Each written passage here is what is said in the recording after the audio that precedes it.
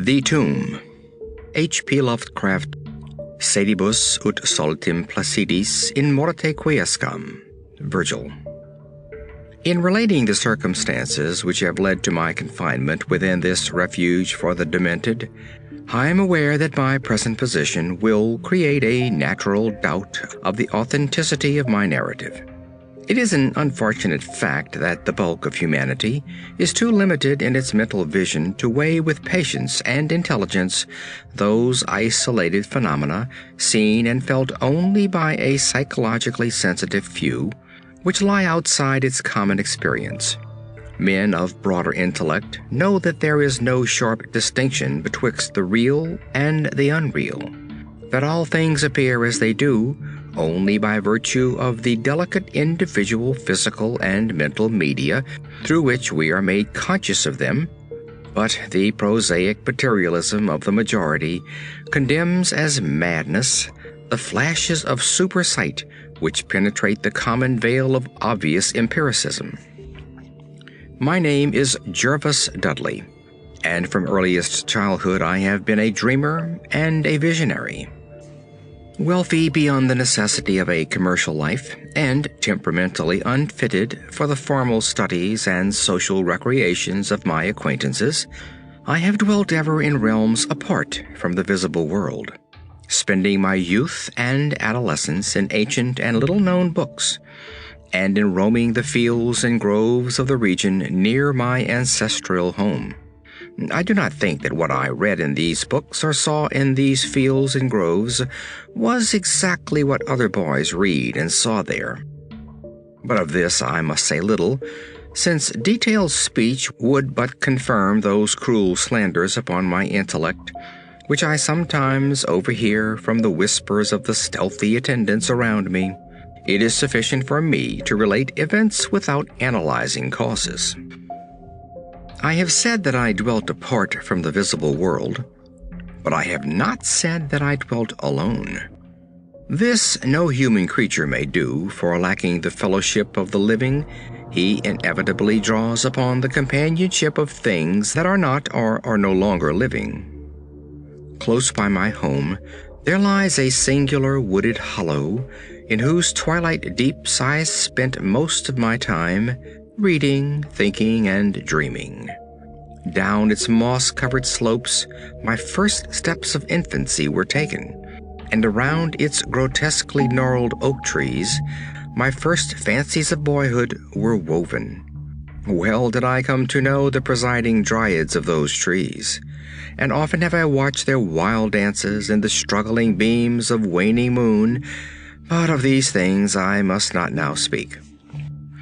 I will only tell of the lone tomb in the darkness of the hillside thickets, the deserted tomb of the Hydes, an old and exalted family whose last direct descendant had been lain within its black recesses many decades before my birth.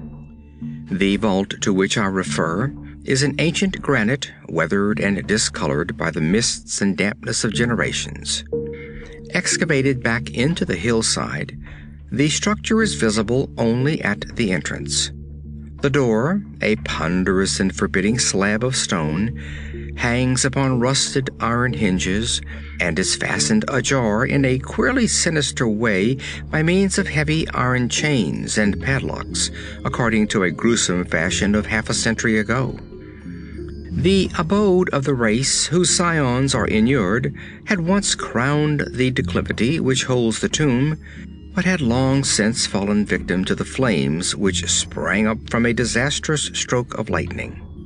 Of the midnight storm which destroyed this gloomy mansion, the older inhabitants of the region sometimes speak in hushed and uneasy voices, alluding to what they call divine wrath, in a manner that in later years vaguely increased the always strong fascination which I felt for the forest-darkened sepulchre. One man only had perished in the fire. When the last of the Hydes was buried in this place of shade and stillness, the sad urnful of ashes had come from a distant land to which the family had repaired when the mansion burned down. No one remains to lay flowers before the granite portal, and few care to brave the depressing shadows which seem to linger strangely about the water-worn stones. I shall never forget the afternoon when first I stumbled upon the half-hidden house of the dead. It was in midsummer, when the alchemy of nature transmutes the sylvan landscape to one vivid and almost homogeneous mass of green. When the senses are well-nigh intoxicated with the surging seas of moist verdure and the subtly indefinable odors of the soil and the vegetation.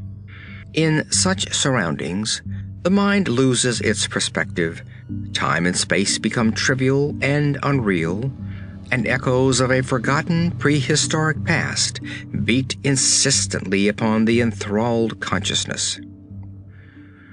All the day I had been wandering through the mystic groves of the hollow, thinking thoughts I need not discuss, and conversing with things I need not name. In years a child of 10, I had seen and heard many wonders unknown to the throng, and was oddly aged in certain respects. When, upon forcing my way between two savage clumps of briars, I suddenly encountered the entrance of the vault, I had no knowledge of what I had discovered. The dark blocks of granite, the door so curiously ajar, and the funereal carvings above the arch aroused in me no associations of mournful or terrible character. Of graves and tombs I knew and imagined much, but had on account of my peculiar temperament been kept from all personal contact with churchyards and cemeteries. The strange stone house on the woodland slope was to me only a source of interest and speculation, and its cold, damp interior, into which I vainly peered through the aperture so tantalizingly left, contained for me no hint of death or decay. But in that instant of curiosity was born the madly unreasoning desire which has brought me to this hell of confinement. Spurred on by a voice which must have come from the hideous soul of the forest, I resolved to enter the beckoning gloom in spite of the ponderous chains which barred my passage.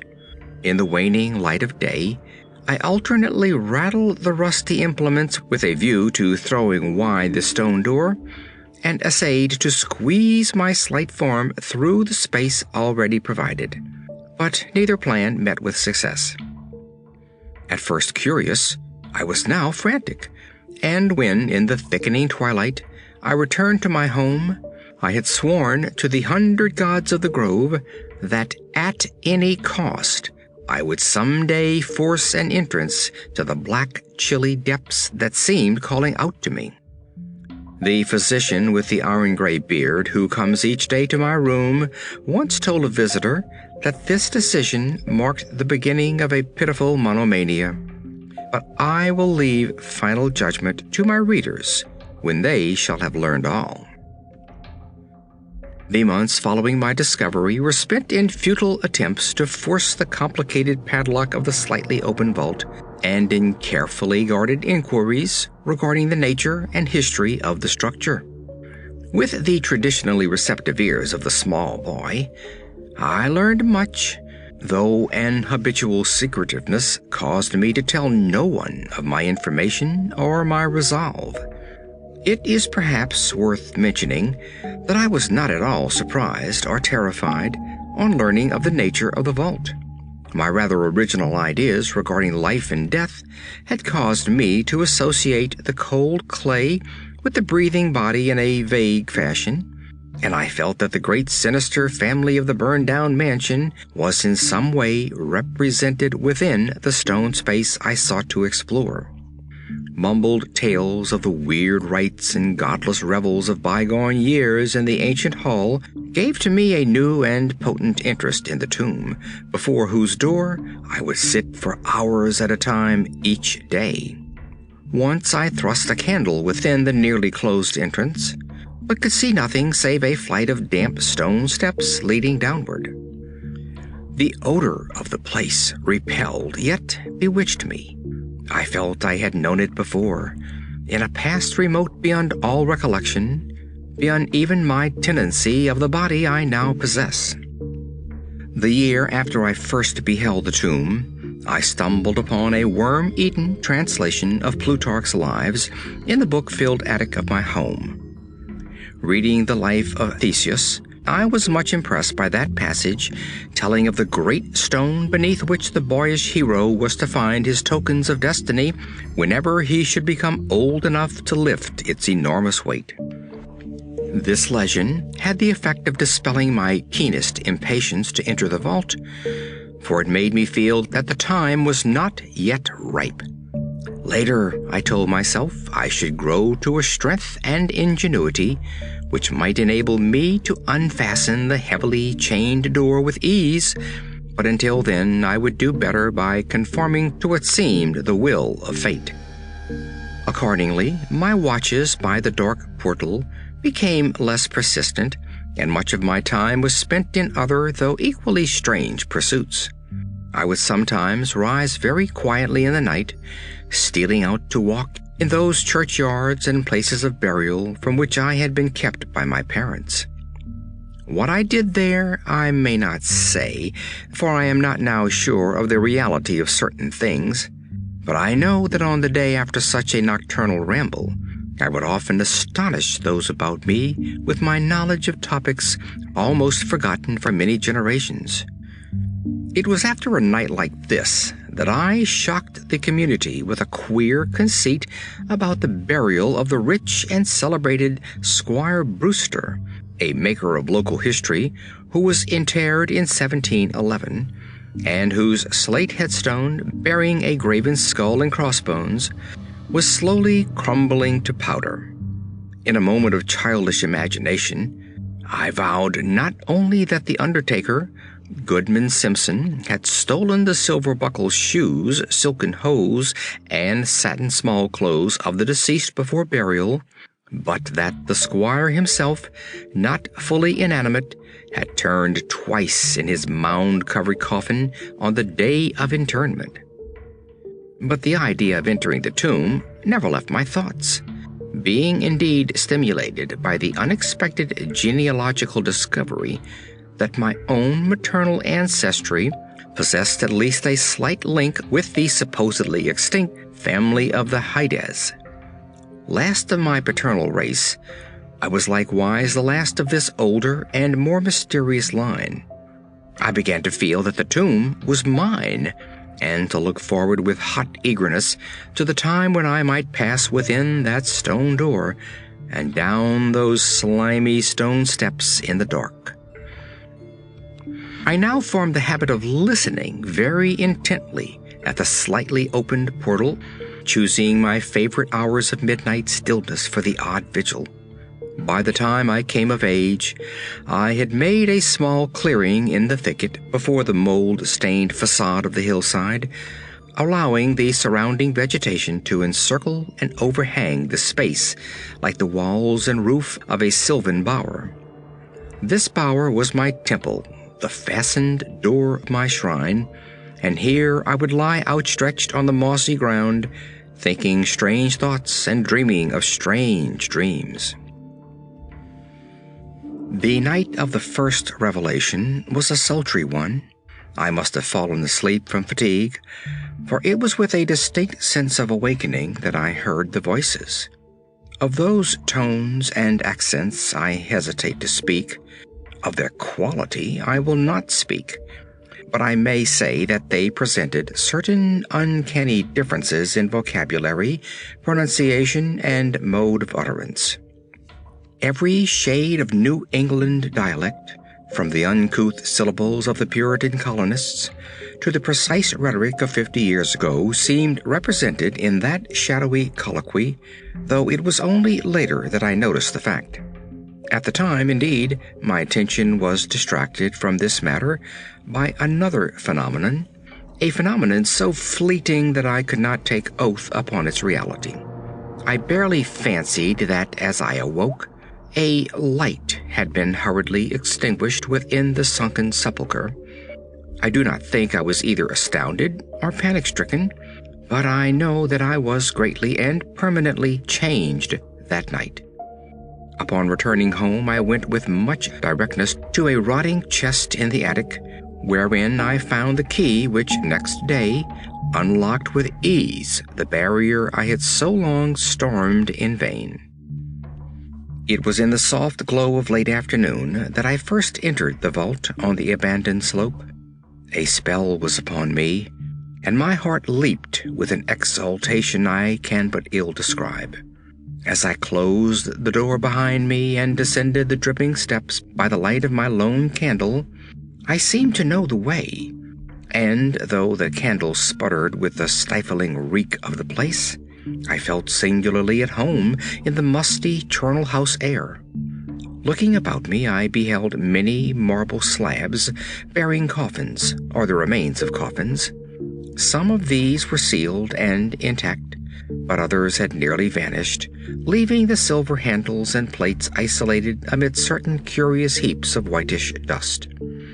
Upon one plate I read the name of Sir Geoffrey Hyde, who had come from Sussex in 1640 and died here a few years later. In a conspicuous alcove was one fairly well preserved and untenanted casket, adorned with a single name which brought to me both a smile and a shudder. An odd impulse caused me to climb upon the broad slab, extinguish my candle, and lie down within the vacant box. In the gray light of dawn, I staggered from the vault and locked the chain of the door behind me. I was no longer a young man, though but 21 winters had chilled my bodily frame. Early rising villagers who observed my homeward progress looked at me strangely and marveled at the signs of ribald revelry which they saw in one whose life was known to be sober and solitary. I did not appear before my parents till after a long and refreshing sleep. Henceforward I haunted the tomb each night, seeing, hearing, and doing things I must never reveal. My speech, always susceptible to environmental influences, was the first thing to succumb to the change, and my suddenly acquired sarcasm of diction was soon remarked upon. Later, a queer boldness and recklessness came into my demeanor, till I unconsciously grew to possess the bearing of a man of the world, despite my lifelong seclusion. My formerly silent tongue waxed voluble with the easy grace of a Chesterfield, or the godless cynicism of a Rochester. I displayed a peculiar erudition, utterly unlike the fantastic monkish lore over which I had pored in youth, and covered the fly leaves of my books with facile impromptu epigrams, which brought up suggestions of Gay, Prior, and the sprightliest of Augustan wits and rhymesters. One morning at breakfast, I came close to disaster by declaring in palpably licorice accents an infusion of 18th century bacchanalian mirth, a bit of Georgian playfulness never recorded in a book, which ran something like this: "Come hither, my lads, with your tankards of ale, and drink to the present before it shall fail. Pile each on your platter a mountain of beef, for 'tis eating and drinking that bring us relief. So fill up your glass, so life will soon pass. When you're dead, you'll ne'er drink to your king or your lass." An osirone had a red nose, so they say, but what's a red nose if you're happy and gay? Gad split me, I'd rather be red whilst I'm here than white as a lily and dead half a year. So Betty, my miss, come give me a kiss. In hell there's no innkeeper's daughter like this. Young Harry, propped up just as straight as he's able, will soon lose his wig and slip under the table. But fill up your goblets and pass 'em around. Better under the table than under the ground. So revel and chaff as ye thirstily quaff. Under 6 feet of dirt, 'tis less easy to laugh. The fiends strike me blue, I'm scarce able to walk, and damn me if I can stand upright or talk. Here, landlord, bid Betty to summon a chair. I'll try home for a while, for my wife is not there. So lend me a hand, I'm not able to stand, but I'm gay whilst I linger on top of the land. About this time, I conceived my present fear of fire and thunderstorms.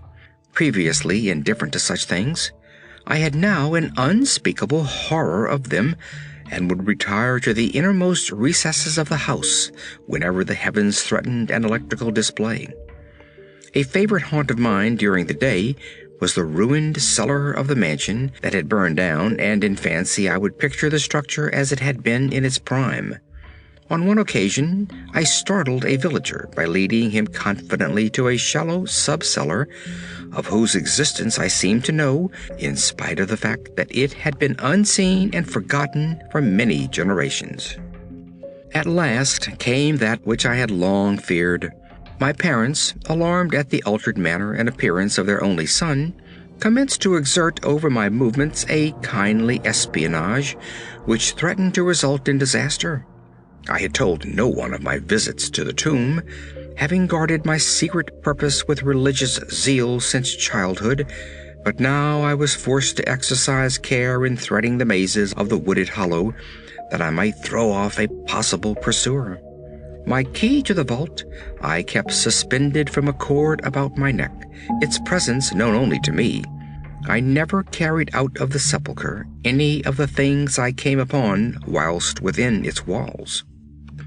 One morning, as I emerged from the damp tomb and fastened the chain of the portal with none too steady hand, I beheld, in an adjacent thicket, the dreaded face of a watcher. Surely the end was near, for my bower was discovered, and the objective of my nocturnal journeys revealed. The man did not accost me, so I hastened home in an effort to overhear what he might report to my careworn father. Were my sojourns beyond the chained door about to be proclaimed to the world? Imagine my delighted astonishment on hearing the spy inform my parent, in cautious whisper, that I had spent the night in the bower outside the tomb, my sleep-filmed eyes fixed upon the crevice where the padlocked portal stood ajar. By what miracle had the watcher been thus deluded? I was now convinced that a supernatural agency protected me. Made bold by this heaven-sent circumstance, I began to resume perfect openness in going to the vault, confident that no one would witness my entrance. For a week I tasted to the full the joys of that charnel conviviality which I must not describe, when the thing happened, and I was borne away to this accursed abode of sorrow and monotony. I should not have ventured out that night, for the taint of thunder was in the clouds, and hellish phosphorescence rose from the rank swamp at the bottom of the hollow. The call of the dead, too, was different. Instead of the hillside tomb, it was the charred cellar on the crest of the slope, whose presiding demon beckoned to me with unseen fingers. As I emerged from an intervening grove upon the plain before the ruin, I beheld in the misty moonlight a thing I had always vaguely expected. The mansion gone for a century once more reared its stately height to the raptured vision, every window ablaze with the splendor of many candles. Up the long drive rolled the coaches of the Boston gentry, whilst on foot came a numerous assemblage of powdered exquisites from the neighboring mansions. With this throng I mingled, though I knew I belonged with the hosts rather than the guests. Inside the hall were music, laughter, and wine on every hand. Several faces I recognized, though I should have known them better had they been shriveled or eaten away by death and decomposition. Amid a wild and reckless throng, I was the wildest and most abandoned. Gay blasphemy poured in torrents from my lips, and in my shocking sallies I heeded no law of God, man, or nature. Suddenly, a peal of thunder, resonant even above the din of the swinish revelry, clave the very roof and laid a hush of fear upon the boisterous company. Red tongues of flame and searing gusts of heat engulfed the house, and the roisterers, struck with terror at the descent of a calamity which seemed to transcend the bounds of unguided nature, fled shrieking into the night. I alone remained, riveted to my seat by a groveling fear which I had never felt before. And then a second horror took possession of my soul. Burnt alive to ashes, my body dispersed by the four winds, I might never lie in the tomb of Hydas. Was not my coffin prepared for me? Had I not a right to rest till eternity amongst the descendants of Sir Geoffrey Hyde? I would claim my heritage of death, even though my soul goes seeking through the ages for another corporeal tenement to represent it on that vacant slab in the alcove of the vault. Gervase Hyde should never share the sad fate of Palinurus. As the phantom of the burning house faded, I found myself screaming and struggling madly in the arms of two men, one of whom was the spy who had followed me to the tomb. Rain was pouring down in torrents, and upon the southern horizon were flashes of the lightning that had so lately passed over our heads. My father, his face lined with sorrow, stood by as I shouted my demands to be laid within the tomb, frequently admonishing my captors to treat me as gently as they could. A blackened circle on the floor of the ruined cellar told of a violent stroke from the heavens, and from this spot a group of curious villagers with lanterns were prying a small box of antique workmanship which the thunderbolt had brought to light. Seizing my futile and now objectless writhing, I watched the spectators as they viewed the treasure trove and was permitted to share in their discoveries. The box, whose fastenings were broken by the stroke which had unearthed it, contained many papers and objects of value, but I had eyes for one thing alone. It was the porcelain miniature of a young man in a smartly curled bagwig, and bore the initials J.H. The face was such that as I gazed, I might well have been studying my mirror. On the following day, I was brought to this room with the barred windows, but I have been kept informed of certain things through an aged and simple-minded servitor, of whom I bore a fondness in infancy, and who, like me, loves the churchyard. What I have dared relate of my experiences within the vault has brought me only pitying smiles. My father, who visits me frequently, declares that at no time did I pass the chained portal, and swears that the rusted padlock had not been touched for 50 years when he examined it. He even says that all the village knew of my journeys to the tomb, and that I was often watched as I slept in the bower outside the grim facade, my half-open eyes fixed on the crevice that leads to the interior. Against these assertions I have no tangible proof to offer, since my key to the padlock was lost in the struggle on that night of horrors. The strange things of the past, which I learnt during those nocturnal meetings with the dead, he dismissed as the fruits of my lifelong and omnivorous browsing among the ancient volumes of the family library. Had it not been for my old servant Hiram, I should have by this time become quite convinced of my madness.